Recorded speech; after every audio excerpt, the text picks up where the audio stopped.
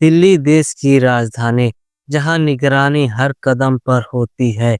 लेकिन सोचिए उसी शहर में एक ऐसी लड़की के साथ कुछ हो जाए जो खुद एक कानून की रक्षक थी।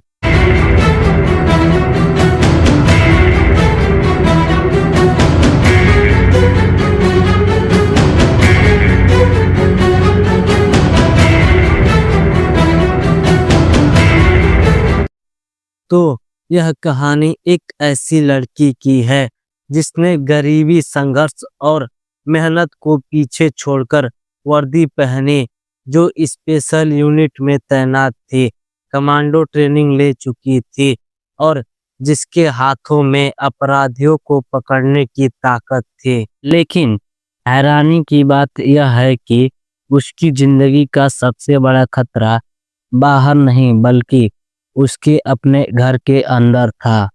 शादी के कुछ ही समय बाद रिश्तों के पीछे की सच्चाई सामने आने लगी। कर्ज, दबाव, ताने, धमकियां और ऐसे ऐसे राज जिन्हें अगर उजागर कर दिया जाता तो कई लोगों की दुनिया हिल जाती। और फिर आती है वह रात, 22 जनवरी 2026, रात करीब 10 बजे। एक काल, एक चीख और उसके बाद सन्नाटा। कुछ दिन बाद खबर आती है कि वो अब इस दुनिया में नहीं रही और शक की सुई सीधा उस इंसान पर जाती है जो सबसे ज्यादा करीब था।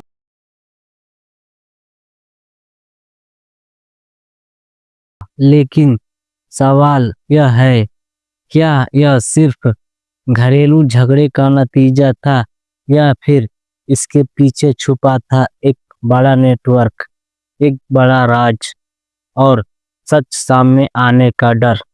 आज इस वीडियो में हम आपको बताएंगे पूरी कहानी। क्या हुआ उस रात, कौन था वह इंसान जिसने भरोसे को खून में बदल दिया और आखिर वो कौन सा राज था जिसने एक हंसती खेलती जिंदगी को खत्म कर दिया। वीडियो को अंत तक जरूर देखिए क्योंकि इस केस की सच्चाई आपके रोंगटे खड़े कर देंगी। नमस्कार मेरे प्यारे भाइयों और बहनों, मैं विकास क्राइम की कहानी के एक नए एपिसोड में आप सभी लोगों का हार्दिक स्वागत है। तो चलिए आज की कहानी शुरू करते हैं। आज की कहानी राष्ट्र राजधानी दिल्ली की है। दिल्ली से कुछ ही दूर सोनीपत जिले के गन्नौज क्षेत्र के बड़े गांव में राकेश नाम के एक मेहनती राजमिस्त्री रहते थे। ईंट पत्थर जोड़ते जोड़ते उन्होंने अपनी जिंदगी का सबसे मजबूत सपना अपने बच्चों के भविष्य के लिए बनाया था। दिन में धूप, रात में थकान, लेकिन राकेश की आंखों में कभी हार नहीं थी। वह चाहते थे कि उनके तीनों बच्चे पढ़ लिख कर उस जिंदगी से निकल जाएं जिसे उन्होंने अपने पसीने से जिया था। उनकी सबसे बड़ी ताकत थी उनकी 27 वर्षीय बेटी काजल। काजल पढ़ाई में तेज थी, आत्मविश्वासी थी और अपने पिता के संघर्षों को समझती थी। राकेश की मेहनत रंग लाई। काजल ने 2022 में ग्रेजुएशन की पढ़ाई पूरी कर ली। यह राकेश के लिए गर्व का पल था, जैसे उन्होंने खुद ही अपनी बेटी के सपनों को जीतते देखा हो। कॉलेज के दिनों में काजल की मुलाकात गवर्नर के ही अंकुर चौधरी से हुई। पहले बातचीत, फिर दोस्ती और धीरे धीरे दोनों के बीच में प्यार पनपने लगा। दोनों ने समय लिया, एक दूसरे को समझा और फिर अपने परिवारों को भरोसे में लिया। आखिरकार वर्ष 2023 में दोनों ने शादी कर ली। शादी से पहले काजल का चयन दिल्ली पुलिस की कमांडो यूनिट में हो चुका था। यह किसी भी परिवार के लिए गर्व की बात थी। बेटी अब देश की सुरक्षा में बड़ी होने जा रही थी। वहीं अंकुर भी रक्षा मंत्रालय में कलर के पद पर नियुक्त हो गया। परिवार को लगा कि अब बेटी का घर बस गया है, वह सुरक्षित हाथों में है और उसका भविष्य रोशन है। लेकिन किसे पता था कि जिस घर को सबने खुशियों का घर समझा, वहां अंधेरा इतनी जल्दी उतर जाएगा। शादी के महज 15 दिन बाद ही काजल की जिंदगी में एक ऐसा तूफान आया जिसने सब कुछ बदल दिया। राकेश के सपने, उसकी मेहनत, उसकी उम्मीदें सब एक पल में बिखरने लगे।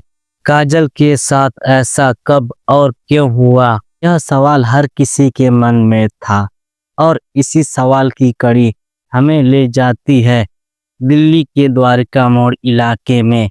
22 जनवरी 2026 की रात थी। घड़ी करीब 10 बजे के आसपास का वक्त दिखा रही थी। बाहर शहर की रफ्तार चल रही थी, लेकिन एक घर के अंदर माहौल भारी हो चुका था। अंकुर चौधरी अपनी पत्नी काजल चौधरी से झगड़ा कर रहा था। बात बढ़ती गई, आवाजें तेज होती गईं और अंकुर का गुस्सा काबू से बाहर होने लगा। वह इतना गुस्से में आ जाता है कि तुरंत ही अपने साले यानी काजल के भाई निखिल को फोन लगाता है। फोन मिलते ही वह बिना रुके बिना सोचे बस यही कहता है कि अपनी बहन को समझा लो। अंकुर का गुस्सा उस रात किसी आग की तरह भड़क रहा था। वो लगातार बोले जा रहा था, जब देखो मुझसे हमेशा झगड़ा करती रहती है, जब देखो बदतमीजी करती रहती है। मैं कुछ कहूँगा तो यह मुझसे कुछ उल्टा ही बोलेगी। फोन की दूसरी तरफ निखिल सब सुन रहा था। उसे समझ आ गया था कि अब बात सामान्य बहस से आगे निकल चुकी है। उसने शांत स्वर में कहा, आप परेशान मत होइए, आप मुझे बात कराइए, मैं बात करना चाहूँगा। अंकुर ने फोन काजल को दे दिया। जैसे ही निखिल की बातचीत अपनी बहन काजल से शुरू हुई, काजल का दर्द जैसे एक साथ बाहर आने लगा। वह एक के बाद एक शिकायतें करने लगी, शुरू से आखिर तक उसे क्या क्या दिक्कत है, क्या परेशानी है, झगड़ा किस वजह से हुआ, कहाँ से बात बिगड़ी, अंकुर उसे क्या क्या कह रहे हैं और क्यों उस पर जिद पकड़ रहे हैं। काजल की आवाज में डर भी था, थकान भी थी और बेबसी भी। निखिल बस उसे शांत करने की कोशिश कर रहा था, उसे समझा रहा था कि सब ठीक हो जाएगा। लेकिन तभी अचानक जैसे किसी ने हवा में लटकती उम्मीदों को एक झटके में तोड़ दिया।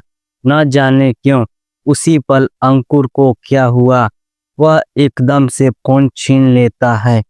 फोन छीनते ही वह गुस्से में तड़पते हुए कहता है, देख लेना, रिकॉर्डिंग कर लेना, अब मैं आज इसको जान से ही मार दूंगा।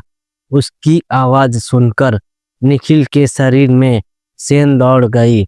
वह कुछ समझ पाता उससे पहले ही एक चीख गूंजती है। चीख इतनी तेज थी कि जैसे किसी ने दिल चीर दिया हो और ठीक उसी चीख के साथ फोन कट हो जाता है। निखिल घबरा जाता है, उसके हाथ कांपने लगते हैं। वह तुरंत अपनी बहन को दोबारा फोन करता है, फिर करता है, बार बार करता है, लेकिन कोई जवाब नहीं। निखिल अब पूरी तरह घबरा चुका था। उसका दिल बार बार यही कह रहा था कि आज कुछ बहुत बड़ा हो गया है। जिस तरह चीख आई थी, जिस तरह फोन कटा था, वह कोई मामूली बात नहीं लग रही थी। उसके अंदर डर बैठ गया था कि कहीं उसकी बहन के साथ कुछ गलत तो नहीं हो गया। इसी डर और बेचैनी में वह फिर से फोन करता रहा। आखिरकार जब दूसरी तरफ से फोन उठा तो काजल की आवाज नहीं थी। फोन अंकुर ने उठाया था। निखिल ने कांपती आवाज में पूछा, क्या हुआ? चीख कैसी थी? क्या दिक्कत हुई है? उधर से अंकुर ने एकदम ठंडे और जल्दबाजी वाले लहजे में कहा, तुम्हारी बहन को ज्यादा चोट लग गई है। मैं इसे फला हॉस्पिटल ले जा रहा हूँ, तुम भी जल्दी से पहुंच जाओ। बस इतना कहकर उसने बात खत्म कर दी। लेकिन निखिल की परेशानी कम होने के बजाय और बढ़ गई। वह खुद हरियाणा के सोनीपत में था और हॉस्पिटल दिल्ली में। सोनीपत से वहां पहुंचने में वक्त लगना ही था, पर निखिल अब 1 मिनट को भी भारी महसूस कर रहा था। उसने फैसला कर लिया कि वह अकेला नहीं जाएगा। वह पुलिस को साथ लेकर निकल पड़ा। जब निखिल पुलिस के साथ हॉस्पिटल पहुंचा, वहां इलाज चल रहा था। अस्पताल के बाहर का माहौल अजीब था।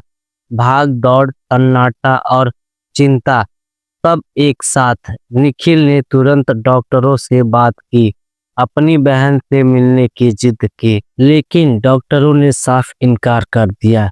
डॉक्टरों के चेहरे पर गंभीरता थी। उन्होंने कहा कि ब्रेन पूरी तरह डैमेज हो चुका है, दिमाग काम करने की स्थिति में नहीं है। यह सुनते ही निखिल के पैरों तले जमीन खिसक गई। उसकी सांसें अटक गई।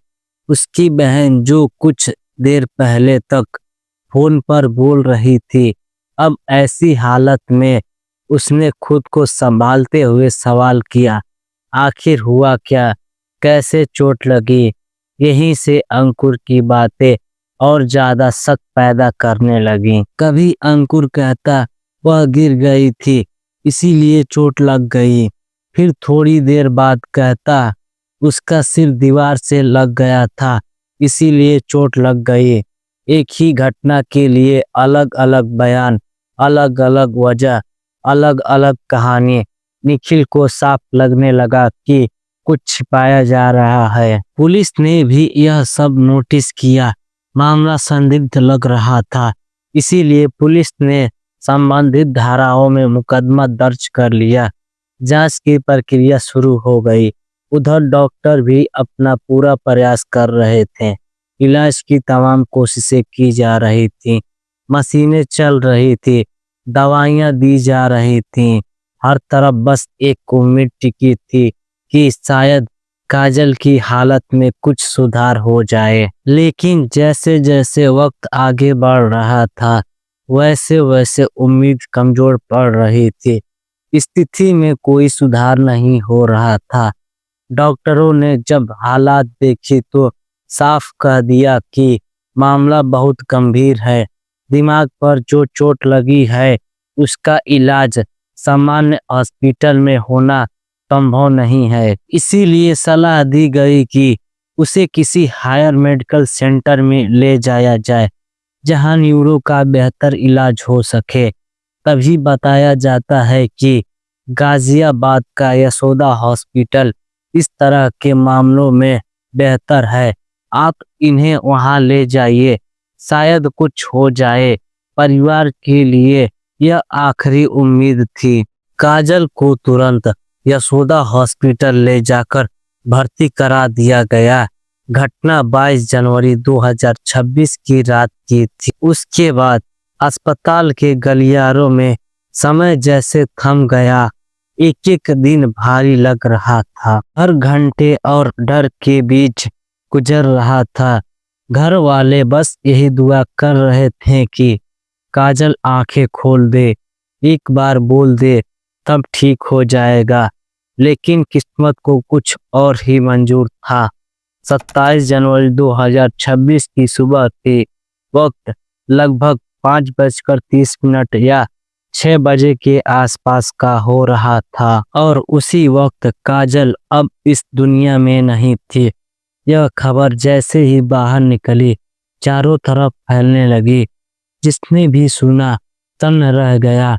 गांव से लेकर दिल्ली तक हर कोई बस यही कह रहा था, इतनी होनहार लड़की, दिल्ली पुलिस की कमांडो, उसके साथ ऐसा कैसे हो गया। अगले ही दिन 28 जनवरी 2026 को यह खबर अखबार में भी प्रकाशित हो जाती है।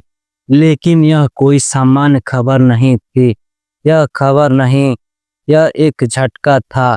अखबार में काजल की पूरी डिटेल, पूरी कहानी, पूरा घटनाक्रम छपा था। और जैसे जैसे लोग खबर पढ़ते गए, सन्नाटा गहरा होता गया। दरअसल काजल लगभग 3 महीने की प्रेग्नेंट थी। इतना ही नहीं, उसका करीब 1.5 साल का एक छोटा बच्चा भी था। रियांश ओ काजल, जो दिल्ली पुलिस की स्पेशल सेल की स्क्वाड टीम में तैनात थी। काजल की मौत दुर्घटना थी या हत्या? अगर हत्या थी तो वजह क्या थी? हर किसी के मन में बस एक ही सवाल घूम रहा था। काजल जैसी बहादुर, तेज और जिम्मेदार लड़की के साथ आखिर ऐसा कैसे हो गया? और इस सवाल का जवाब पाने के लिए कहानी को थोड़ा पीछे ले जाना जरूरी है, वहां जहां सब कुछ शुरू हुआ था। दरअसल हरियाणा के सोनीपत जिले में एक जगह है गन्नौर। गन्नौर का ही रहने वाला था अंकुर और गन्नौर के पास ही बड़ी गांव की रहने वाली थी काजल। काजल के पिता राकेश राजमिस्त्री थे। कंस्ट्रक्शन का काम करते थे। ईंटों की दीवारें खड़ी करते करते उन्होंने अपनी जिंदगी की सबसे बड़ी दीवार अपने बच्चों के भविष्य के लिए खड़ी की थी। काजल शुरू से ही पढ़ाई में बेहद होशियार थी। उसके अंदर कुछ कर दिखाने की जिद थी और पिता के संघर्ष को बदल देने की ताकत भी। काजल रोज कॉलेज पढ़ने जाया करती थी और वहीं उसकी सहेली के माध्यम से उसकी पहली मुलाकात अंकुर से हुई। यह साल 2020 की बात थी। पहली मुलाकात में ही दोनों जैसे एक दूसरे को समझ गए। बातचीत आगे बढ़ी, मिलने का सिलसिला शुरू हुआ। फिर धीरे धीरे दोनों के बीच बेइंतहा प्यार हो गया। काजल और अंकुर एक दूसरे के बिना अधूरे लगने लगे। समय आगे बढ़ा, 2021 आया, फिर 2022 और 2022 में ही काजल की जिंदगी ने एक नई ऊंचाई छू ली। उसकी नौकरी दिल्ली पुलिस में लग गई। शुरुआत में वह सिपाही के तौर पर चयनित हुई, लेकिन काजल सिर्फ नौकरी करने वाली लड़की नहीं थी।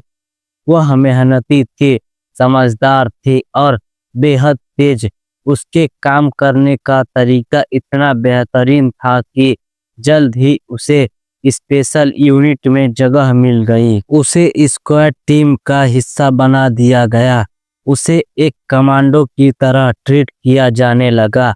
अब काजल सिर्फ पुलिस में नहीं थी, वह एक फाइटर बन चुकी थी। इधर काजल की सफलता ने पूरे परिवार को गर्व से भर दिया था और उधर अंकुर के लिए भी खुशखबरी आने वाली थी। अब जिंदगी सिर्फ आगे बढ़ेगी। अब काजल और अंकुर दोनों ने तय कर लिया था कि उन्हें शादी करनी है। प्यार अब सिर्फ मुलाकातों तक सीमित नहीं रह गया था। वह रिश्ता बनना चाहता था, घर बसाना चाहता था। लेकिन जब दोनों ने घर में शादी की बात रखी तो शुरुआत में दोनों के परिवारों ने साफ मना कर दिया। किसी को जात पात की चिंता थी, किसी को समाज की, तो किसी को भविष्य की। पर काजल और अंकुर पीछे हटने वालों में से नहीं थे। दोनों ने ऐसी जिद पकड़ ली, इतनी मजबूती से अपने फैसले पर डटे रहे कि आखिरकार दोनों परिवारों को झुकना पड़ा। बाहर से सब कुछ एक खुशियों वाला रिश्ता लग रहा था। तिलक में लड़के को बुलेट मोटरसाइकिल दी गई, साथ में सोने की चैन और 2100 रुपये नकद दिए गए। पर जैसे ही 2100 रुपये की बात लोगों के कानों तक पहुंची, पूरे माहौल में एक अलग ही चर्चा शुरू हो गई। लोग हैरान थे। लड़का रक्षा मंत्रालय में क्लर्क है, सरकारी नौकरी है और तिलक में सिर्फ 2100 रुपये। लोगों को यकीन नहीं हो रहा था। धीरे धीरे यह बात चारों तरफ फैल गई और तिलक का कार्यक्रम रिश्तों की खुशी से ज्यादा पैसों का विषय बन गया। हर कोई बस यही कह रहा था, इतना कम, कम से कम 1 लाख तो होना चाहिए था।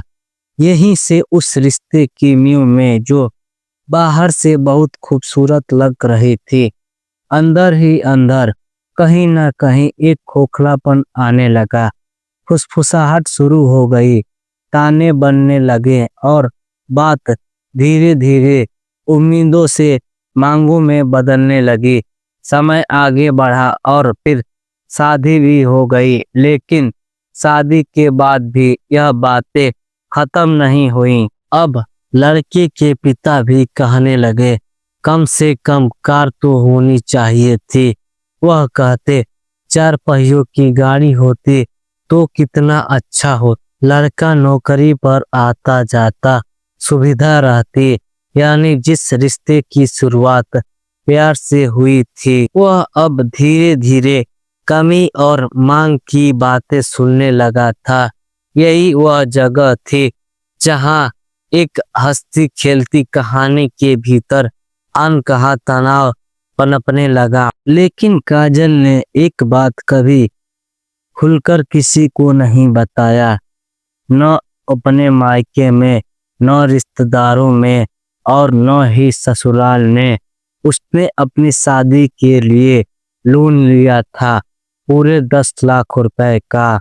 घर वालों से उसने बस इतना बताया था कि 5 लाख रुपए का लोन है, बाकी 5 लाख उसने चुपचाप अपने पति को दे दिए थे। काजल यह सब इसलिए कर रही थी क्योंकि वह चाहती थी कि रिश्ता चले, घर बना रहे और किसी को कोई शिकायत न मिले। पर यह चुप्पी उसी के ऊपर भारी पड़ने लगी। शादी के कुछ ही दिन बाद फिर वही बातें शुरू हो गई।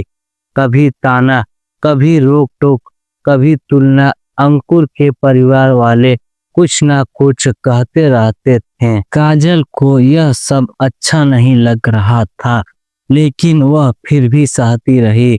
वह शायद सोचती रही कि समय के साथ सब ठीक हो जाएगा।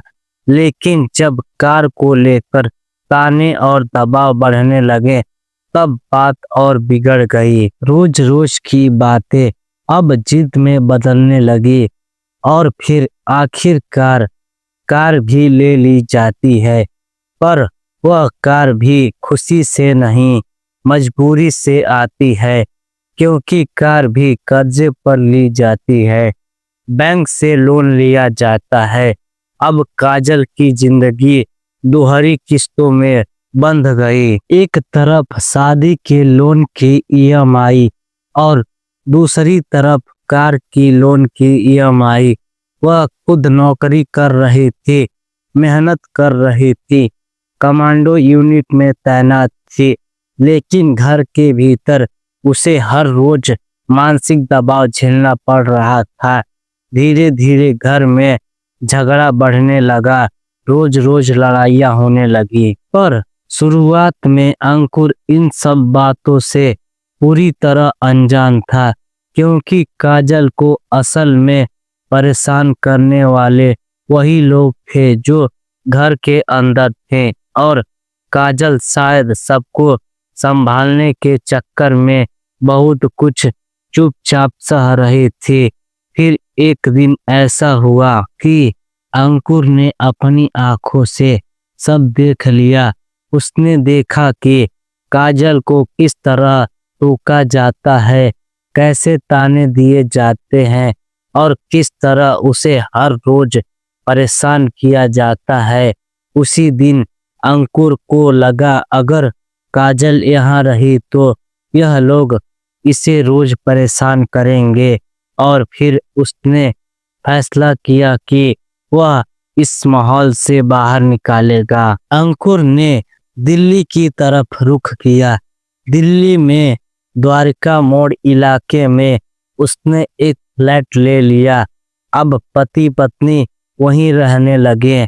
दिल्ली में अलग रहना शुरू हुआ तो बाहर से देखने वालों को लगा कि अब सब ठीक हो जाएगा, घर की दिक्कतें पीछे छूट जाएंगी, झगड़े कम होंगे और जिंदगी फिर से पटरी पर आ जाएगी। लेकिन उसी बीच एक और चीज थी जो अंकुर के अंदर लगातार बढ़ती जा रही थी, पैसे कमाने की जिद।